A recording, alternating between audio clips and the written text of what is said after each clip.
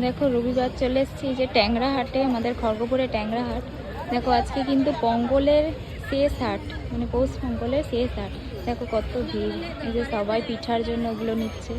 এগুলো সেই সাঁচ পিঠে হয় না, মাটির সেই পাত্রতে সাঁচ পিঠে, এটা সবাই নিচ্ছে। এগুলো কি বুঝতে পারছি না, এগুলো কি তোমরা যদি জানো কমেন্ট করে জানো। এই দেখো আমার বরকে দেখো টব নিচ্ছে। দেখো কত মাটির জিনিস বসেছে চারিদিকে। তারা এই পাশে দেখছি সাঁচ পিঠার, এটা দেখাচ্ছি তোমাদের।